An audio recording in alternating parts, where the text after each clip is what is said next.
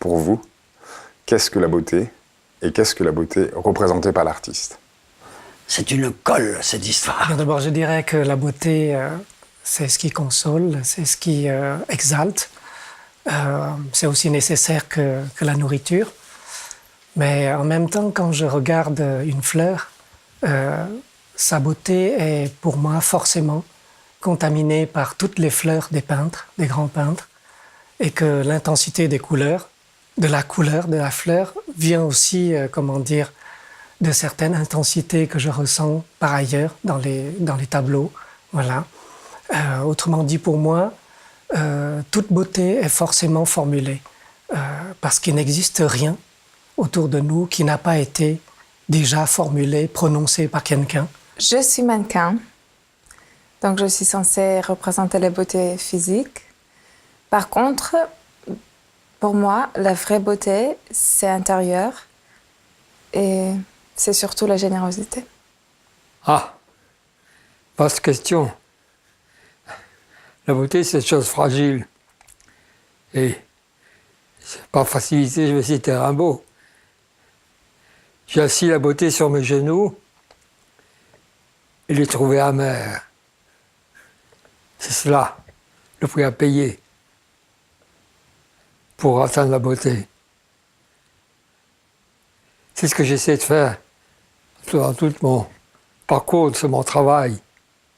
Cette recherche de la beauté, infinie, douloureuse, difficile, capricieuse, qui échappe toujours, qui coule entre les doigts. La beauté n'est pas immanente. Elle passe. Elle va, elle vient, capricieuse. Ce n'est jamais une chose éternelle. Jamais.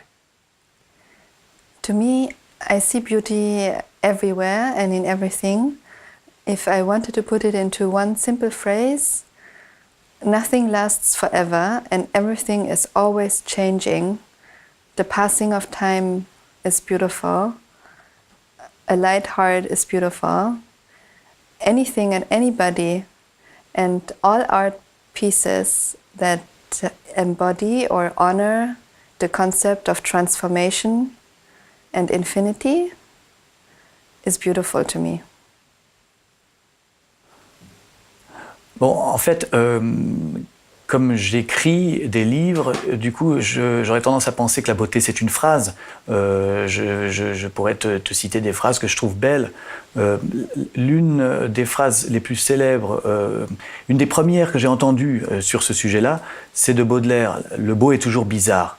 Et je me souviens, j'étais au lycée, un prof de français nous a fait étudier cette phrase, et tout d'un coup, donc, je me suis posé la question de la beauté, et en même temps, j'ai appris qu'elle n'était pas liée forcément à des canons classiques, qu'on pouvait aimer une beauté tordue, une beauté salie, une beauté étrange, particulière ou perverse, même le mal peut être beau. Et ensuite, en philosophie, hein, quand on étudie évidemment Platon, le beau, c'est ce qui est bien, c'est ce qui est bon, c'est ce qui est vrai. Mais en réalité, Baudelaire dit exactement le contraire. Alors, on est un peu paumé du coup. Et moi, en fait, c'est vrai que j'ai toujours... du coup, peut-être c'est venu de cette phrase de Baudelaire, mais j'ai toujours été attiré par une forme de beauté nocturne, obscure, dans des recoins bizarroïdes de l'existence. J'aime la nuit pour ça, évidemment, parce que j'ai l'impression que la lumière tamisée embellit les êtres et les gestes, que tout devient mystérieux.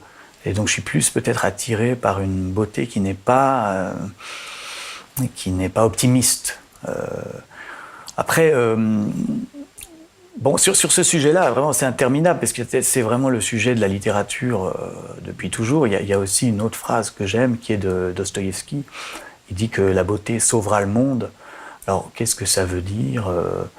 Lui, pour le coup, il a l'air d'être plutôt positif ou optimiste avec la beauté. Alors pour moi, la beauté peut prendre deux visages. Il y a d'abord le visage d'une beauté qui est tout à fait évidente, universelle, incontestable, qui va répondre à une harmonie, qui va répondre à des standards d'esthétique, qui pourra être perçue sans demander d'interprétation.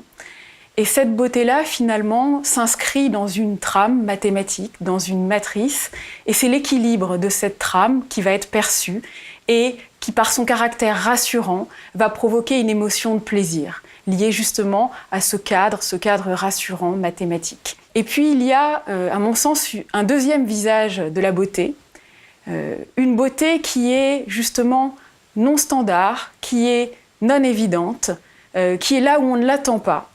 Et cette beauté-là est hautement subjective. Elle va pouvoir saisir un individu parce qu'il y est sensible, parce qu'il va la comprendre, parce qu'il va lui donner un sens. Cette beauté-là demande nécessairement une interprétation. Et c'est là qu'est le rôle de l'artiste, puisque l'artiste va être sensible à cette beauté inattendue et il va pouvoir finalement l'extraire, la révéler, pour proposer son regard singulier, et pour partager ce regard. Et c'est ce partage, justement, qui va permettre une émotion. Et c'est peut-être cette deuxième sorte de beauté, si intéressante, qui s'inscrit dans la définition de David Hume, qui dit que la beauté, finalement, n'est pas une qualité inhérente aux choses elles-mêmes, mais qu'elle existe seulement dans l'esprit qui la contemple. Tu te rappelles que Picasso disait « la beauté, je m'en fous ». Peut-être parce que ce concept est si large, si subjectif. Il y a une histoire du beau, une histoire de la beauté qui dépend toujours d'un contexte socio-culturel, finalement d'une sensibilité.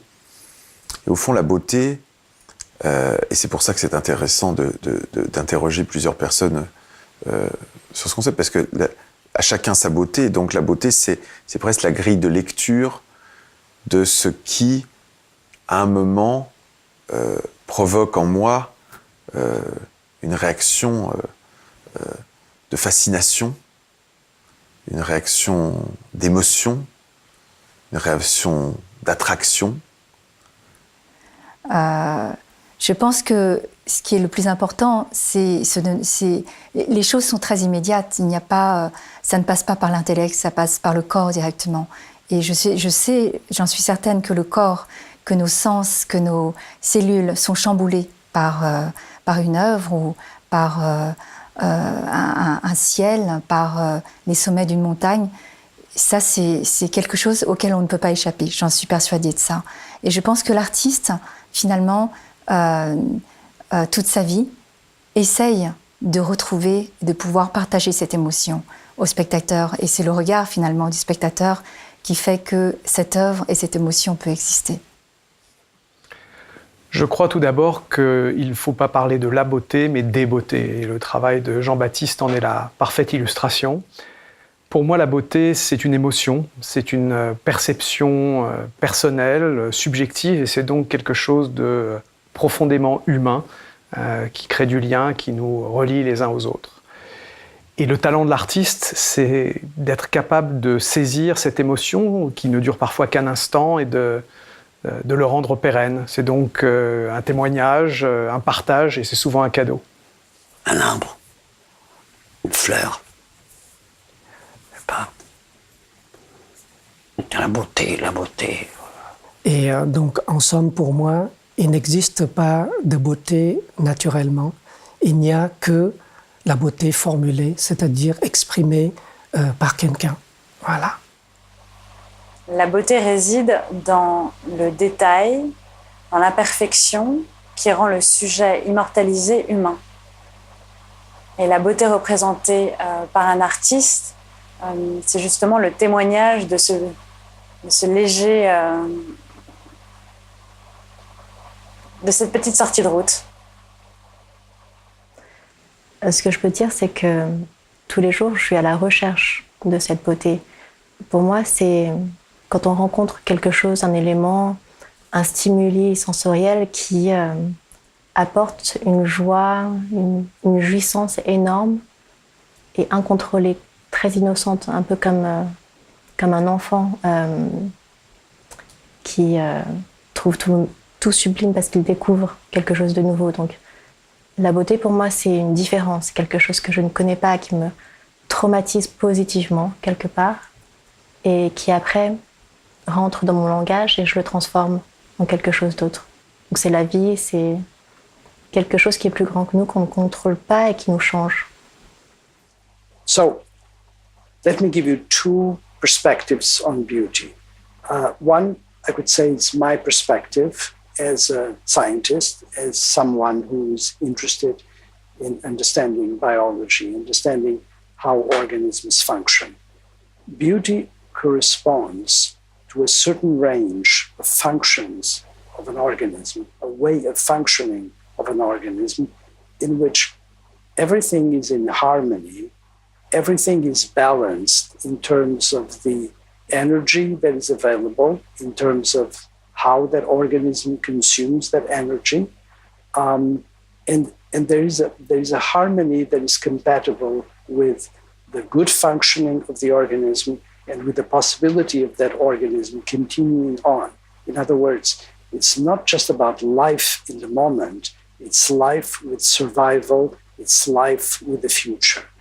And that range is, of course, an ideal range, and harmony is probably the word that best captures that sort of magic state. It is a state that for an organism corresponds also to well-being and to happiness. Now, from the point of view of representation by an artist, what I would say is that beauty is in whatever medium you work, whether you are a painter or a photographer or a composer or an executor of musical composition.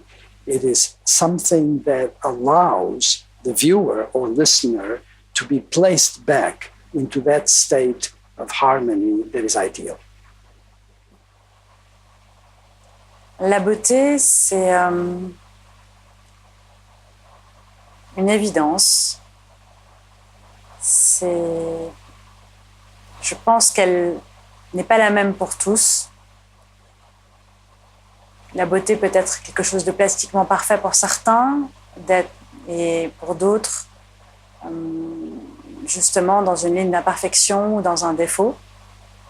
En ce qui me concerne, la beauté est dans le léger défaut. C'est ça qui me touche le plus. Eh bien, la beauté n'est qu'un désir, car la beauté n'existe pas en soi, bien sûr. La nature ne sait pas qu'elle est belle, un corps ne sait pas s'il est beau, un visage ne sait pas s'il est beau, et en fait, c'est l'artiste, par la représentation qu'il se fait de ce qu'il a, en quelque sorte dans son regard, qui crée la beauté, qui fait la beauté et qui suscite la beauté. Et dans ton travail, Jean-Baptiste, ce qui me frappe, c'est que tu sais à la fois saisir, comme dans un miroir, le visage, le regard de l'autre, mais pour l'infuser en quelque sorte en toi-même, pour le faire rentrer dans ton propre regard et en tirer une sorte de contre-miroir qui fait que la violence du miroir, la violence de l'image dans le miroir, le despotisme de cette image est en quelque sorte résorbé par le regard que tu portes sur cette violence. Et c'est dans cette alternative, dans cette duplicité, dans cette dynamique entre violence et fragilité que se joue, me semble-t-il, véritablement l'objet de ton travail.